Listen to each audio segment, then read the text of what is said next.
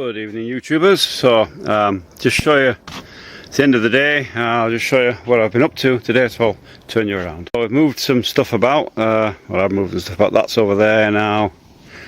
These have been moved to here so that it's a nice platform to build this on.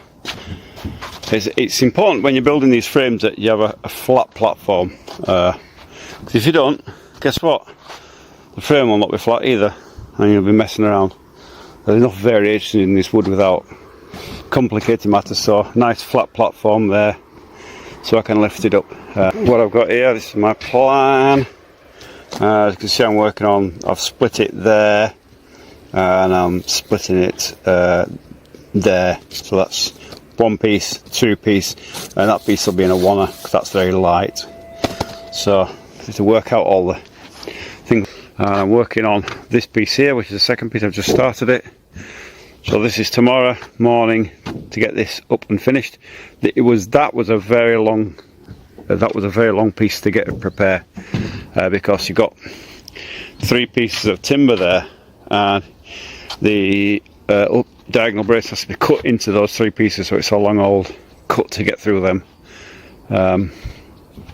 With the battery powered circular saw. I wish I could get the other one repaired, but it seems to be impossible here to do it, so I may end up going and buying another one temporarily to get me through this.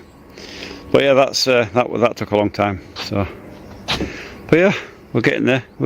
Tomorrow this wall will be complete, and as soon as that wall is completed, then it's supposed to be raining all next week. So probably once that wall's done, I'll work on the insides of this here, and then what happens is when the insides that's done, I can throw some of these big Dimofka right on the top, across the top there, and chuck some of that material on the top and create myself a little roof. So if it does start to chuck it down, it means the tool's not going to get wet and I can continue on working. So that's the plan, is to get that part inside done, and if it does rain, I can work on the floorboards. I can get them into place once the walls are up.